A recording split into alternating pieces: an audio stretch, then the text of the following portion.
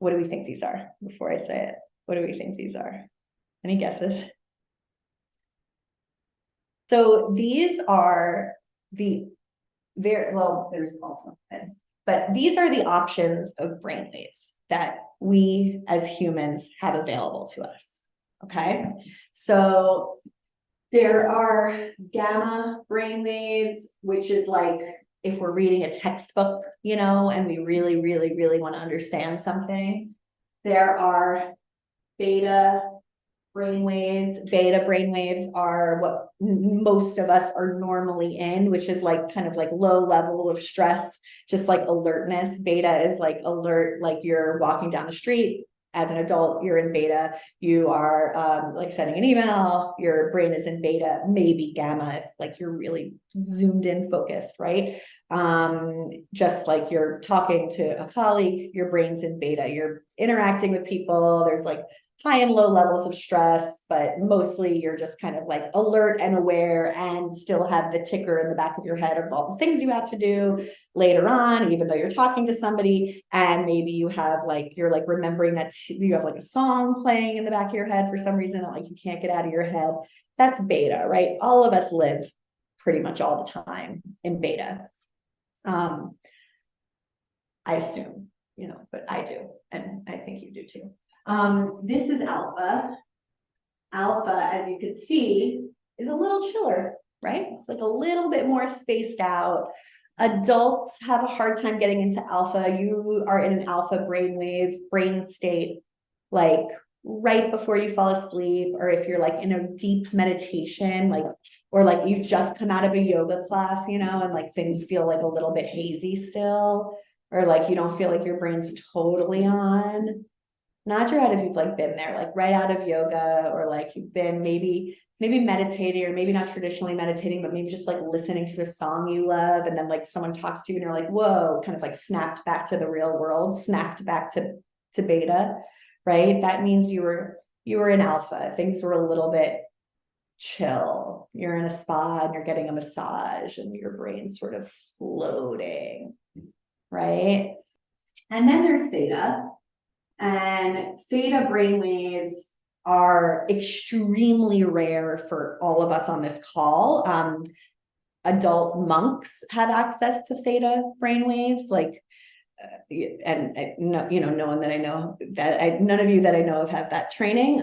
But so none of us really are experiencing theta with any sort of regularity at all. And then there's sleep. And theta is really close to sleep, but it's like deep meditation. Like, there's like there are like monks in India who can like turn off their heart, like stop their heart from beating, like, or their heart will go the beats will be so few and far between that they will be alive, but they're in just such a deep meditative state that it's almost like they're like hovering between life and death. That's theta, right? Like we don't have access to theta without like deep work. Okay. So where we are is we hover between beta and gamma being like, I tried to make it like a little pointier, a little bit more spaced out, like you're reading a textbook or you're really, really focused, or you're reading a news article and you're just like really trying to understand, or someone's explaining something complex to you, you switch over to gamma. Most of the time, all of us live in beta. And we've all experienced alpha, right? We've all experienced that, like, I'm just coming out of a yoga class feeling of like, ooh, like a little much more relaxed and a little bit like what we might call spacey. Okay. So these brainwaves are true for all ages, but for adults, that's where we are. For kids, and I'm defining kids for this as for human people under 14, our kids live in theta and alpha. Our kids live there. Ages 12, 13, 14 is when you start to have access to your beta brainwaves. And then you start to have access to your gamma brainwaves. And access is like it sounds like it's good and I wrote it in this order, but like maybe we should all be in more alpha, you know. So this is not like a hierarchy of good versus bad. It's just how many waves per second there are. The reason why it's important for us to know this today is because we're literally not experiencing the same situation that our kids are at any given moment. That feeling of I just got out of yoga, that feeling of like I listened to this whole album and now like, oh look, I'm in a living room, like look at me snapped back to reality. That feeling of shifting from alpha to beta sort of quickly that we all experience as adults, that feeling of being in alpha brainwaves is where our kids live. That's what their brain is doing all of the time.